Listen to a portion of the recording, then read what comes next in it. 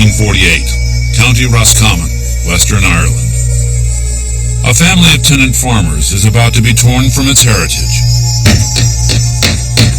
stripped of its dignity, banished from the land of its ancestors.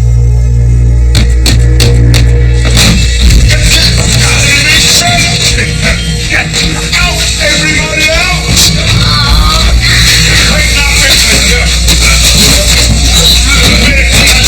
How do you represent absolute loss? How do you represent 1 million dead?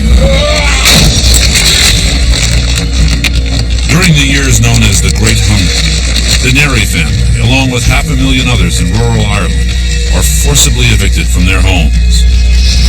The devastation and the loss of family members is just almost unparalleled. The force behind it all is a deadly biological agent.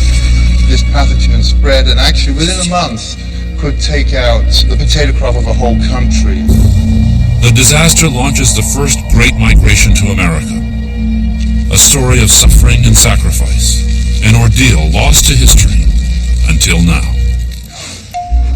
Today, archaeologists in Ireland uncover this hidden story. A fragment of forgotten horror, a relic from a catastrophe that leaves 1 million dead. Forget me not. It's a moment in time that will change the face of the old world and launch 1 million immigrants with the strength to build America.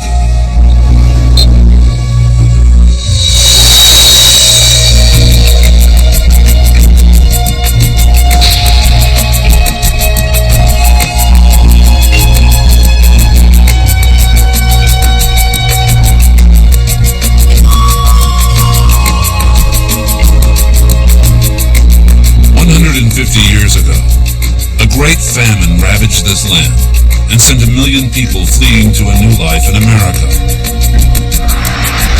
But to those who still live here, it's an unspeakable horror they would rather forget. The Great Famine becomes, in a sense, the Great Silence. How do you tell a story which is so horrific that it seems to be outside the bounds of normal representation? My grandparents on both sides of my family, on my mother's side and on my father's side, actually arrived in East Boston in 1848. For many Irish Americans, like Senator Ted Kennedy, it's what brought their ancestors to a new land. The primary reason, as so many other Irish immigrants, was really motivated because of the potato famine. For many more American descendants in search of their roots, the Great Silence is only now being broken. Dennis Shanley lives in Los Angeles. When I was growing up, I knew very little about my Irish ancestry. My father used to talk about his grandfather, Patrick, and that was about all I knew. By a strange twist of fate, Dennis Shanley's past is linked to that of another family 5,000 miles away. In Ireland, J.J. Neri and his wife don't have to hunt down their history. Their past has caught up with them. By incredible coincidence, they have bought a house on land once farmed by J.J.'s great-great-great-grandfather Mark, who endured one of history's worst catastrophes in J.J.'s present backyard. Well, it was very exciting when we found out that J.J.'s ancestors actually came from this land, and we wondered a lot about the family, and we were anxious to find out more. Enter Professor Charles Orser, an archaeologist from Illinois State University. His specialty? Probing the stories of forgotten people. So we can really learn in a way that isn't possible any other way of how the people actually live. Things that are never written about. A local balloonist helps Orser explore the deserted landscape, green fields that hide scars of a bitter past. Since Protestant King Henry VIII invaded this Catholic land in the 1500s, the Irish had been forced to serve their English masters. Throughout Europe, landlords oppressed peasants. But here, to the Irish, the outrage cut even deeper. Looking down over what they would have seen as their ancestral territory, there was always there the sense this land was ours before it was there. This land should be ours again. By 1845, still under English rule, Ireland is one of the most densely populated rural areas in the world. Barred from owning property, the Irish are regarded as subhuman. There's the lack of real opportunity, lack of hope, the lack of real chance to develop for yourself and your family. But 1845 is a time of change. The rest of Europe teeters on the brink of revolution. America hurtles towards a war over slavery.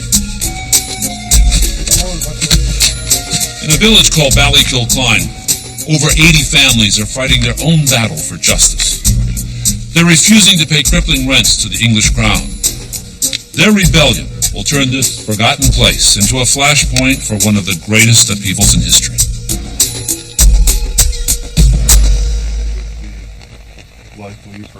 In the field behind J.J. Nary's house, archaeologists search for evidence that his family lived through that struggle.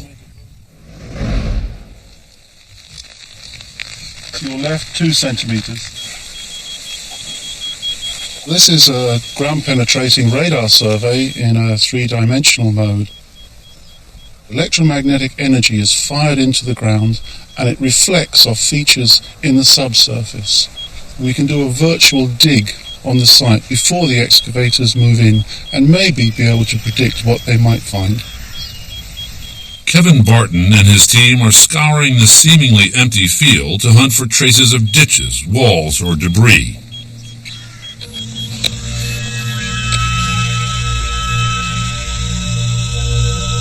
After hours of painstaking work, ghost images of a place where the past was buried alive.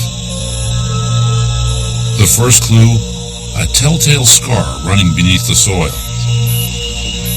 Finally, positive proof that the Nary family actually lived here.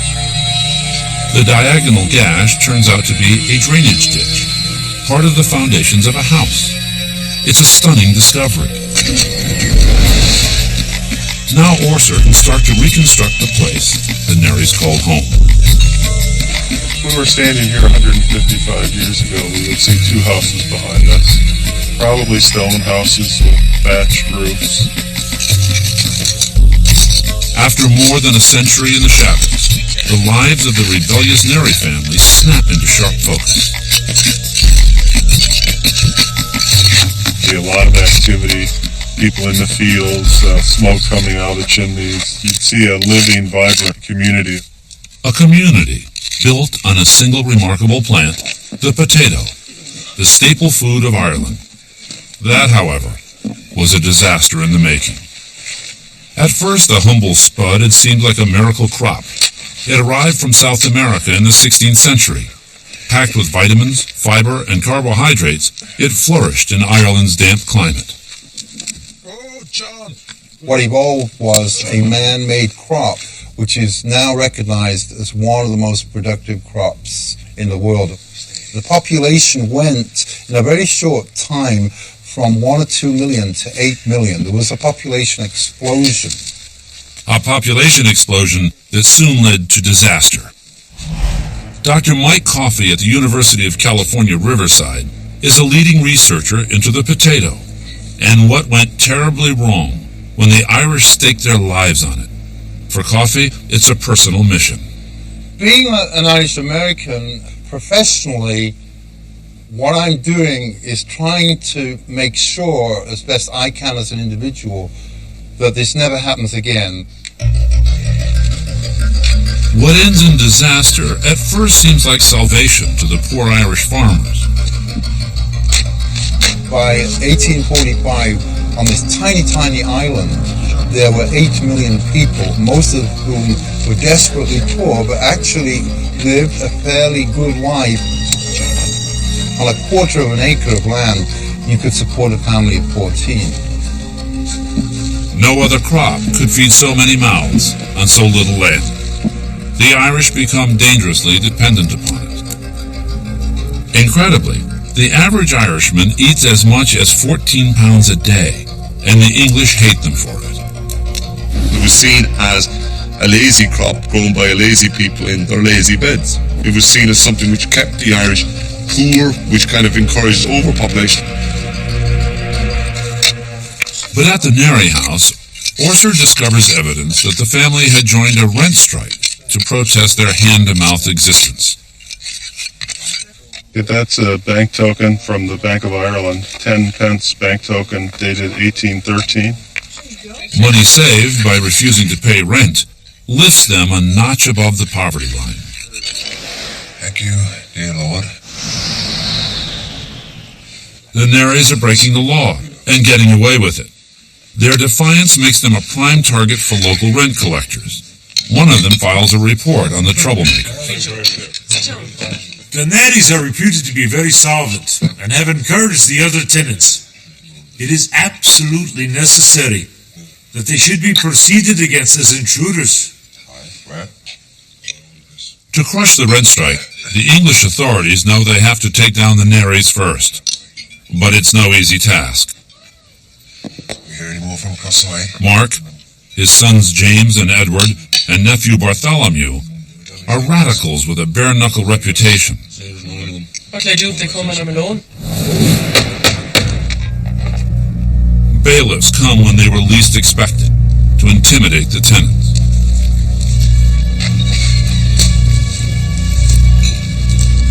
Good evening, Missy.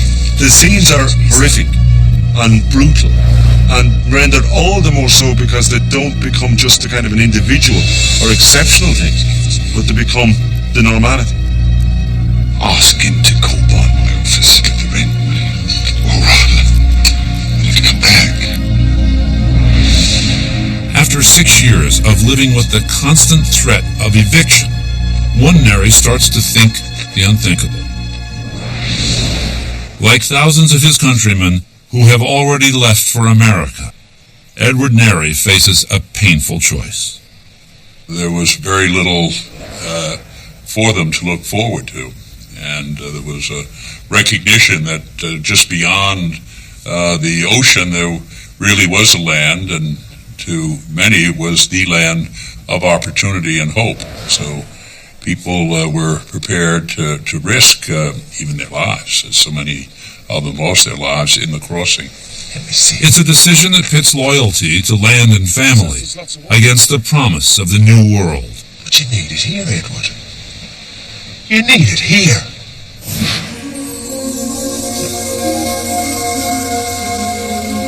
Mark Neri's son, Edward, has a one-way ticket to America. He will never see Ireland again. With Edward gone, the pressure mounts. Local bailiffs report that maybe the Neris can be broken after all. Get on with it. We've got 3 more to do this afternoon. The story has been gleaned from county records, contemporary periodicals, and tales handed down for generations. Hey! Get away from my house! That lock comes off once you pay the rent. In January of 1844, rent collectors repossessed the home of Mark Neri's nephew, Bartholomew. The sooner you pay... You leaving? We'll be back. We'll be back. Good luck to you. Come on, lads, let's break this on.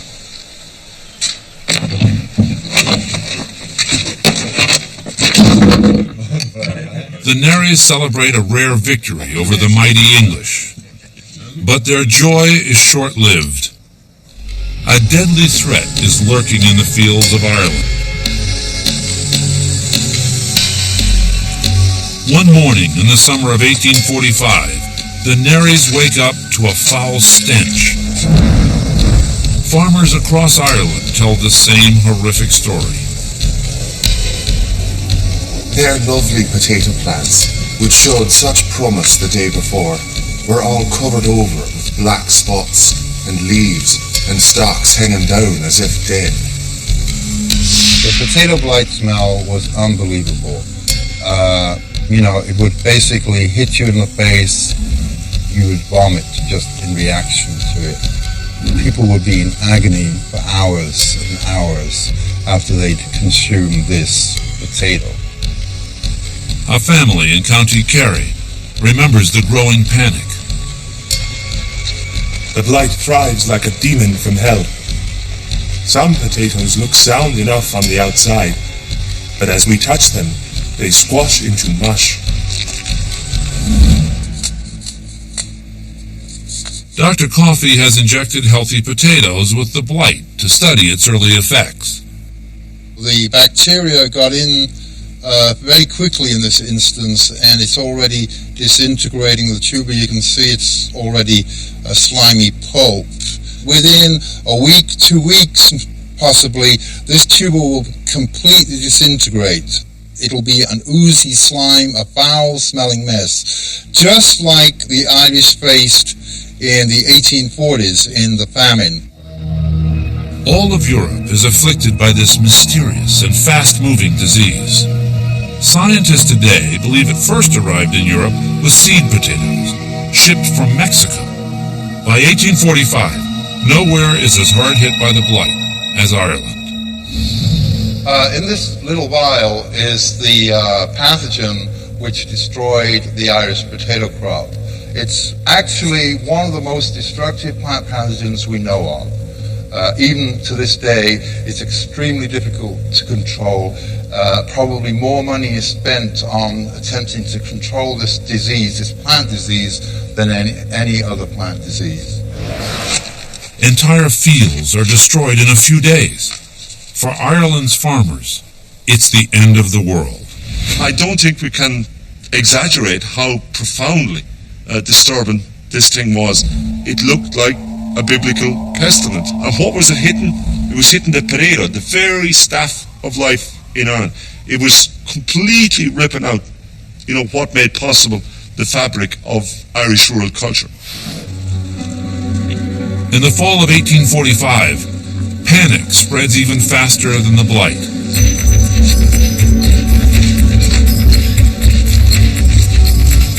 Desperate farmers rush to salvage what they can, but it's a fatal mistake.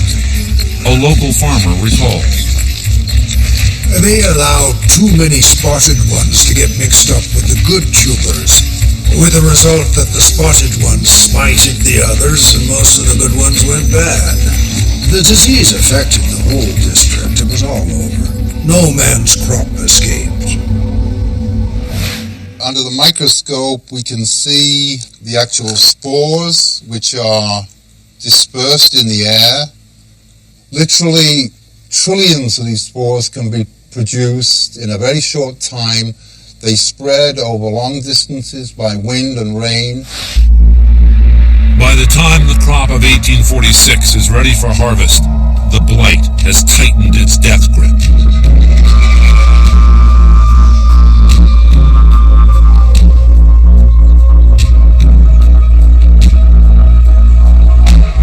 In Ballykilcline, the Nerries stick to their rent strike.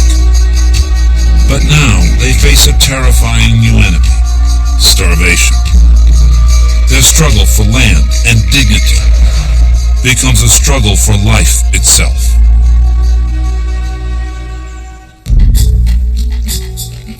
By harvest time 1846, the killer blight ravages the Irish countryside. Over 80% of the potato crop is inedible or destroyed. It's the worst thing you can imagine. The knowledge that if you eat it, you're going to die. If you don't eat it, you're going to die. Cut that away, John. Put the good bit in the bowl. Free joke. The Nerry family is starving. The same with that, John. Their landlord threatens eviction. Don't waste any, John. That's dinner. The Nerries are ready to explode.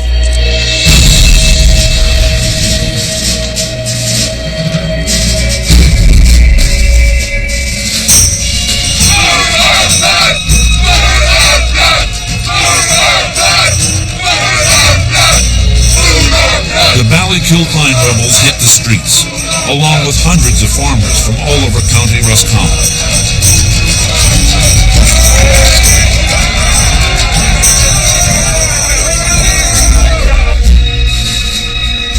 Ireland's landed gentry fears for its safety. An eyewitness describes the mounting tension. Matters look very threatening. Last week a large assembly, paraded with a loaf on a pole and a placard, food or blood. 2 orders of dragoons are ordered to Roscommon.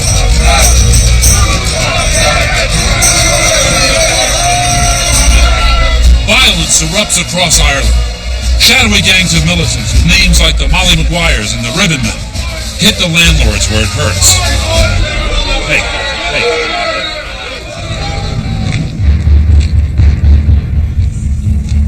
Livestock are destroyed. Manor houses set ablaze.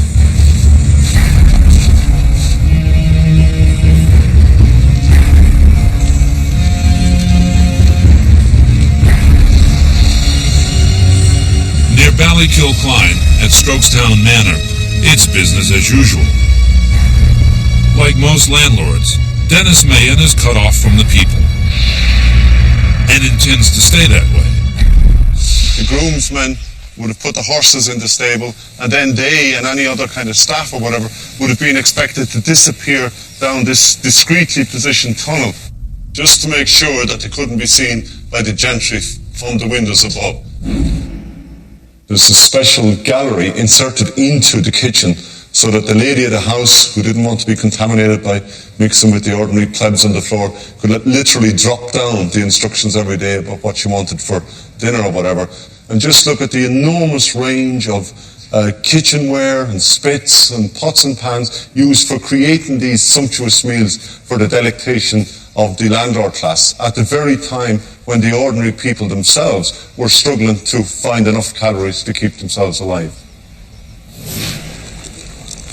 Soon, all the tenant farmers have left to eat is grass and nettles. Across Ireland, the great hunger leaves too many dead to count, too many dead to bury. The experience of one eyewitness still haunts a Roscommon parish priest. The famine grew more horrible towards the end of December 1846. Many were buried with neither inquest nor coffin. The first was that of the father of 2 very young children, whose mother had already died of starvation. His death became known only when the 2 children toddled into the village. They were crying of hunger and complaining that their father would not speak to them for 4 days. They told how he was as cold as a stone. The famine creates tens of thousands of orphans. A tragedy with an intimate meaning to the thousands of Americans tracing their ancestors. I know my family's from Ireland, but I want to know where in Ireland they're from. In America, Dennis Shanley's informal research leads him to believe he came from a part of Ireland where he may have shared the Nary's defiant heritage. Even in the face of starvation, the Nary family hungers for justice. I tell you, boys, it's not the right time. I say we go up to the big house tomorrow night and torch it. We've waited long enough, Dad. I'm not waiting any longer, would you hear me? We have to strike while the iron is hot. We don't know what it is just yet. In the debris, Orser's team uncovers proof of their defiance. It's a very tiny object, but it's a powerful object. It's a political object, really. On a fragment of a clay pipe are the letters P-E-A-L for repeal, a battle cry to revoke direct English rule of Ireland. The Narys are part of a national struggle. So when we look at that fragment of the repeal pipe, what we're looking at is one of the great mass democratic movements in the 19th century world.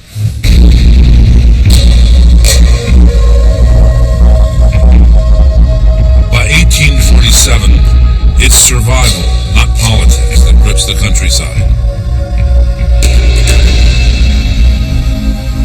The Blight is in its 3rd year, a year that is known to this day as Black 47. The smell of rotting potato plants is overwhelmed by the stench of death.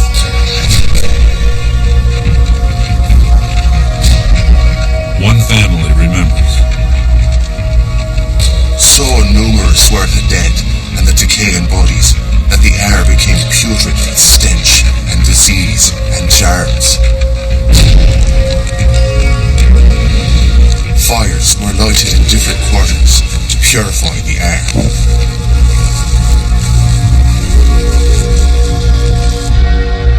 Even now, the Neri family is too proud to beg for food. But their desperate neighbors look to London for help. Too bad the Englishman in charge of aid to Ireland blames the Irish people themselves. The great evil with which we have to contend is not the physical evil of the famine, but the moral evil of the selfish, perverse, and turbulent character of the people. The British government at that time was strongly influenced by evangelical Protestantism. When the blight hits, one of the commonest ways that British kind of culture read it was to say, well, this must be a judgment of God on the Irish. The British government forces landlords to foot the bill for famine relief. But their response only adds to the suffering.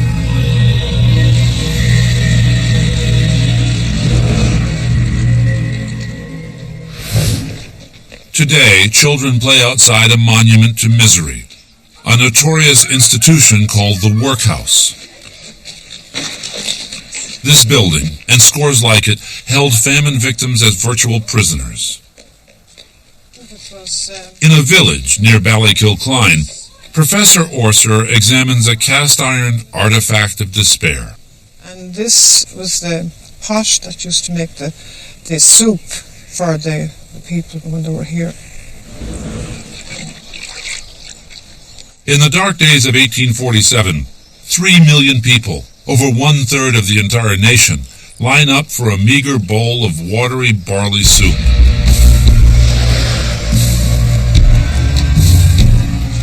One woman recalls her father's ordeal.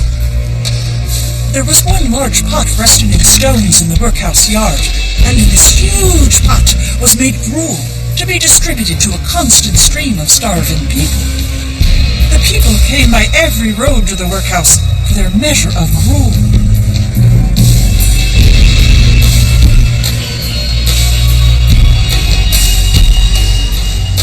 More like a labor camp than a refuge. The workhouse is the ultimate humiliation. Inmates trade hard labor for starvation rations. Meals must be eaten in silence. Break the rules, and you're locked away in solitary confinement. One account recalled. The victims preferred to die at home. Even the destitute refusing to avail of their open doors. Many see the landlord's miserly charity as a heartless scheme to force them off their land. If you wanted relief, if you wanted to go to a workhouse, you had to surrender your holding before you could do that. The workhouse often kills more than it saves. Cramped and overcrowded, infested with rats and lice, it's the perfect breeding ground for disease. One resident confides. Black spots gradually crossed the body. Lips became bloodless. It was dreaded more than the actual hunger. Victims call it famine fever, but in reality, they are dying from typhoid and dysentery. Killer infections sweep through a population weakened by years of famine. The epidemic claims hundreds of thousands of lives. By the middle of 1847, Ireland's workhouses are swamped by the sick and the dying.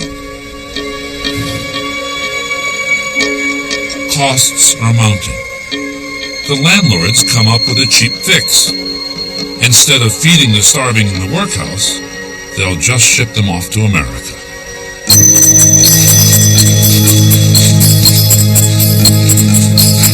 September 5th, 1847, 111 of the Nary's neighbors have no choice but to surrender their beloved land. A mass exodus begins. It's a 4-day march to Dublin and the sea. But many don't make it to the Irish capital, let alone to the promised land of America. One eyewitness reports, I have seen a never-ending stream of gaunt, dejected-looking ghost-like figures shuffling along the roads. The elderly and the little children were the first to fall victims to the fatigues of the march.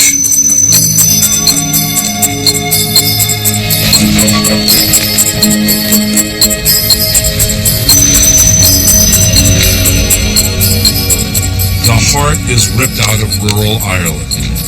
All they have left, the distant promise of America.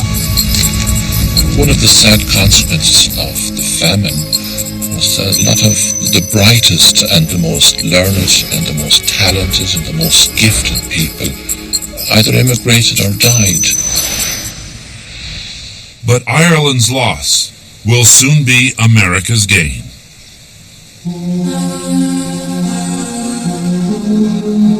The havoc wreaked by famine turns a trickle of Irish emigrants into a flood. In just 5 years, 1 million men, women, and children leave for America. For many, it's the first time they've ventured more than 20 miles from home. Ahead lies a 3,000-mile voyage into the unknown. The famine would have still been with them, and they would have been spending 6 or 8 weeks tossing around in the North Atlantic, not knowing where they were going or what was going to happen to them when they got there. It's a hazardous crossing, sometimes lasting over 2 months, on old, leaky ships. With too many people, too little food, and typhoid raging, the workhouse all over again.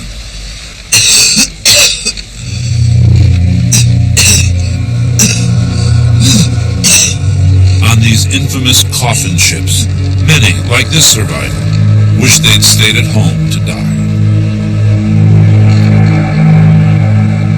Then we'd be buried along with our people in the old churchyard, with the green sod over us, instead of lying like rotten sheep, thrown into a pit and flung into the sea to be eaten by them horrid sharks.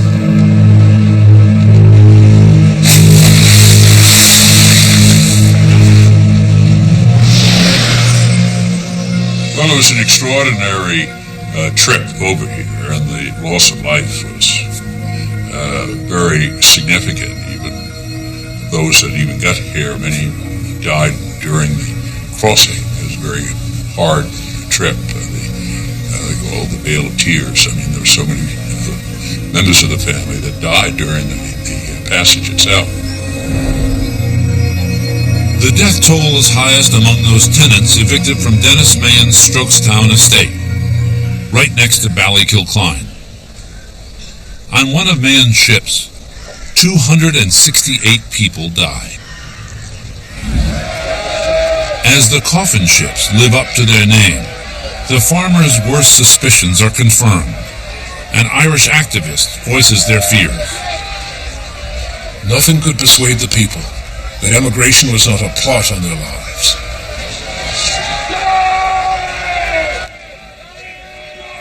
Now rumors spread that another ship chartered by landlord Dennis Mahon and filled with his tenants has sunk without a trace. Mahon becomes a marked man. It's dusk on a chilly November day. Mahon is on his way back to the comfort of his manor house.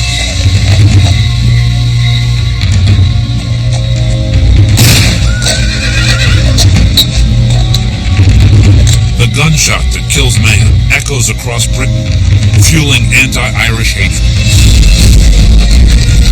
It becomes a huge story, which is reported in massive detail in the Dublin press, the London press. What has civilization come to when a landlord is murdered in such a barbaric fashion? That winter, 6 more landlords are murdered.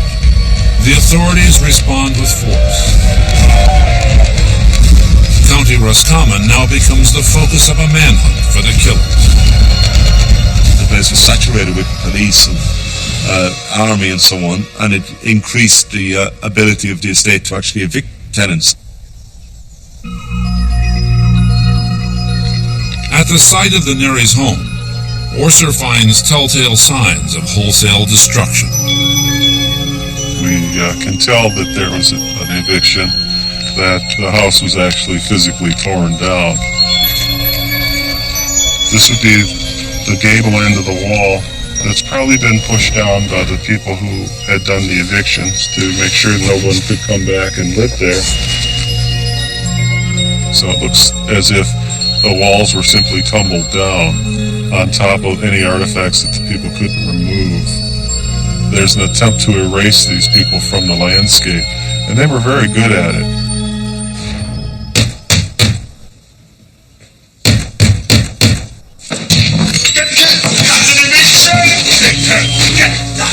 Everybody out!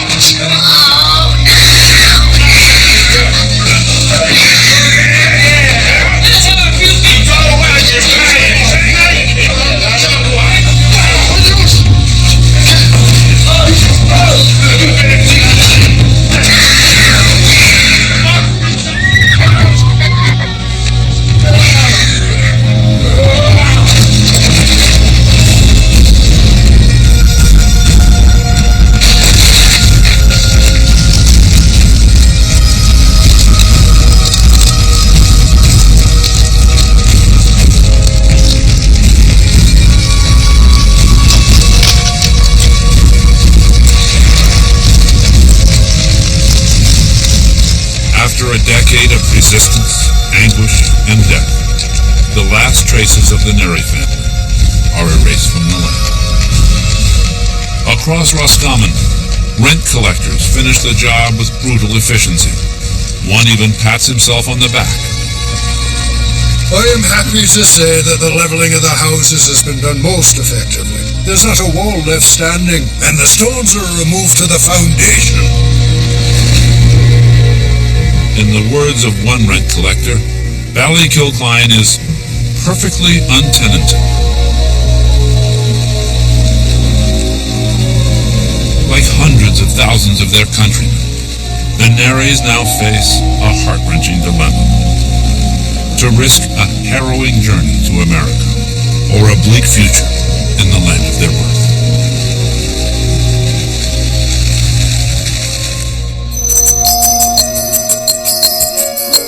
The Irish village of Ballykilcline in the county of Roscommon has been wiped off the map.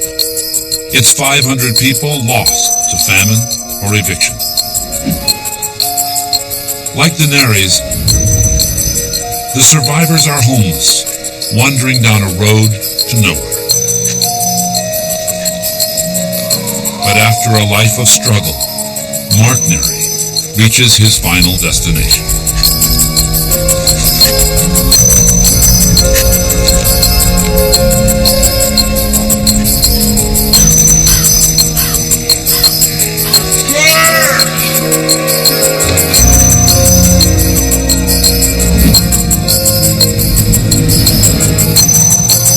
The famine claims 1 million lives. Deaths unrecorded. Stories untold. The famine itself was something that most people didn't want to talk about. There's certain guilt feelings that some people may have as to why they survived and others didn't.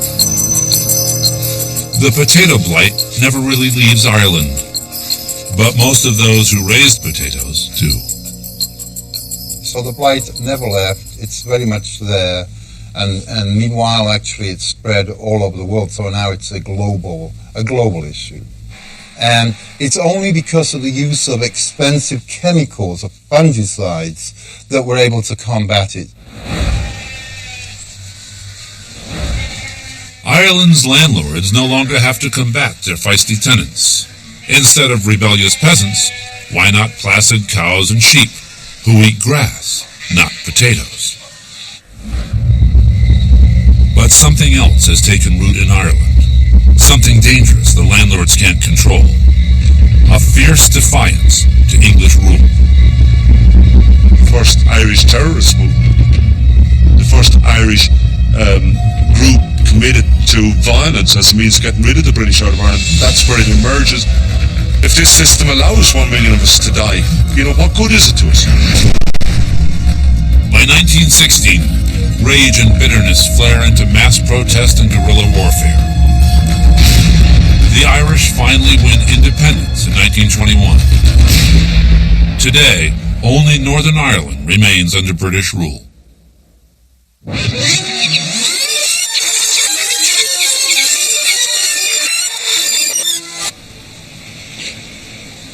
Flashback to 1848. Forget the future. The Nerys don't believe they have one. For Bartholomew Neri, the outlook at home is too grim. The lure of America, too strong. All that's left is to say goodbye. A million are dead. Now 1 million farewells cut a scar as deep as death itself. Here's another tune there, lads.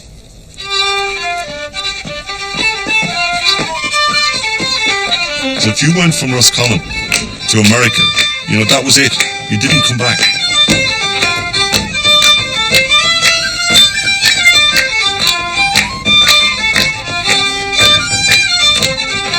In a new twist on the traditional funeral wake, the family gathers in a ritual known as an American wake. You see, these rituals actually transferred to the living person. And it's as if the corpse was actually alive, but that corpse is now the emigrant. They gathered with their friends before they departed to the new world. They gathered to celebrate, but also to lament the departure of some of their family and their friends.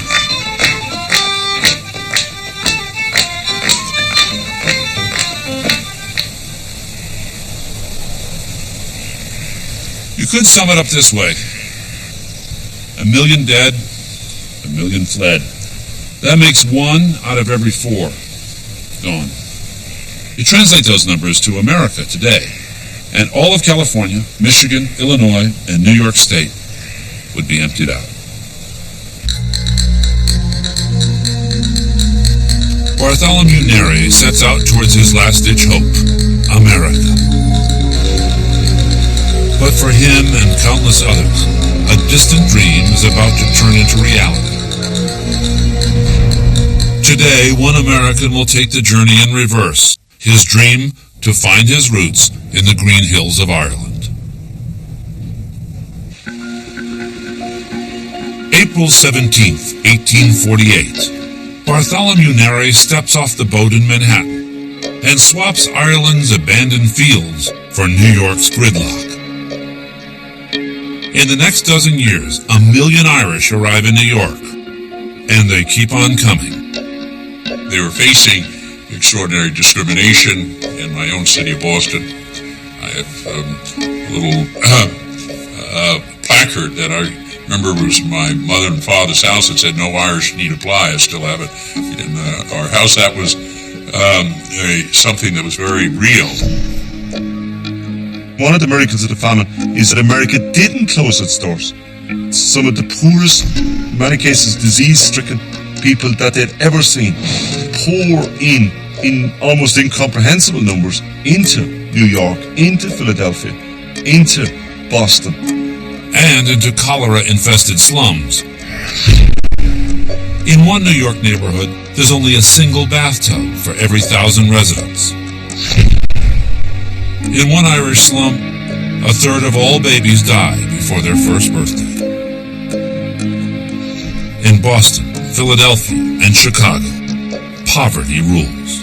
But old blood ties carve out new home turf.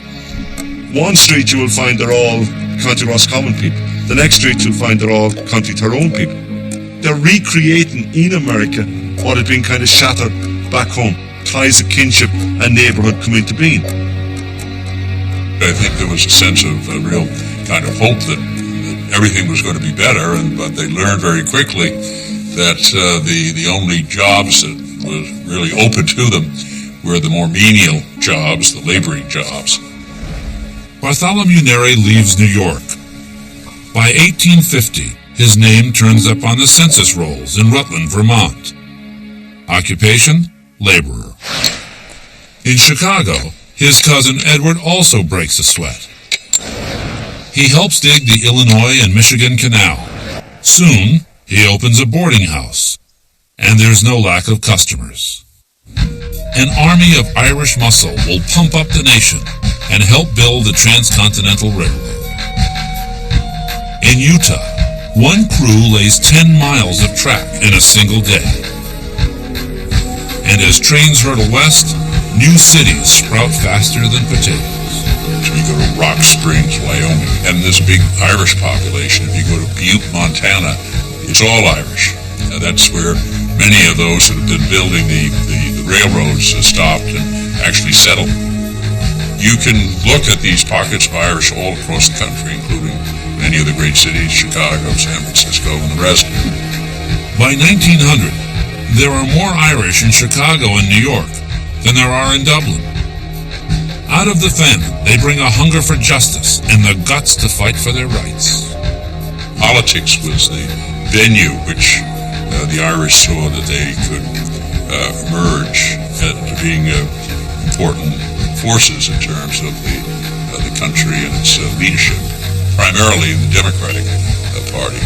A few became misinformed and joined the Republicans, but we can understand that. Within a generation, both Chicago and New York have an Irish mayor. And soon, a family of famine survivors becomes America's first family. It took 115 years to make this trip, 6,000 miles, and 3 generations. When my great-grandfather left here to become a cooper in East Boston, he carried nothing with him except 2 things: a strong religious faith and a strong desire for liberty. He came back, and the first night he said, "You want to come back to my house? I had the films of Ireland." We all went over. The family, there were about 30 of us went over. The next night, we were over at my brother Bobby's house. He said, "Does anybody want to go back over to my house? I've got a show." "What are you showing?" "The trip to Ireland." So that night, there were about 5 of us who went back. And then Sunday night, he said, "Anybody for Ireland?" And he showed it again. It was really, I think, the time that he enjoyed the most when he was president. In Ballykilcline, the story of another family, this one almost forgotten, finally sees the light of day. Finding the artifacts is just the beginning of the detective work, because that's the first phase. That's the act of discovery itself. For thousands of Americans in search of their roots, the act of discovery starts in a very different way. I believe I found my family heritage. Thousands of immigrants left Ireland on leaky sailing ships. Now their descendants return on the wind. Dennis Shanley, along with his friend Maureen McDermott, has come to retrace the steps his ancestors took.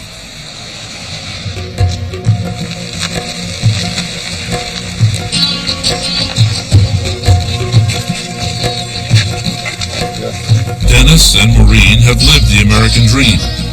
Now they're tracing their roots back to the home of those who dared to dream. After a century and a half of separation, the great silence ends the way it began, with an embrace.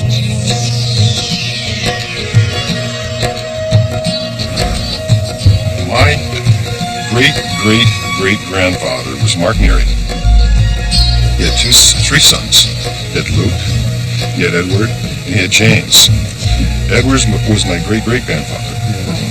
And we believe that James was your great-great-grandfather. For Americans like Dennis, James Neri could be the only link to those who stayed behind.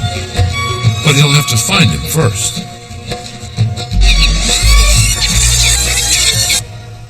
This is James, Edward's and Luke's brother. James stayed behind. And he died April of 1860. You gotta feel some of the engraving. You can't read it. 1867, at age 65. If this is the James, which it's gotta be. It has to be. The Nerys are gone, but they left a message.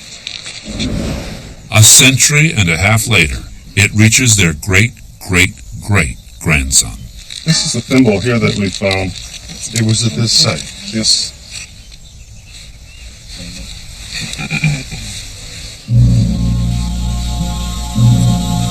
Look at that. Oh, It's brilliant. I got goosebumps. Yeah. Forget me not. Wonderful. Touching the thimble was absolutely wonderful. To know that most likely one of my ancestors, most likely my great-great-grandmother, it belonged to her. Is a comfortable, warm, serene feeling.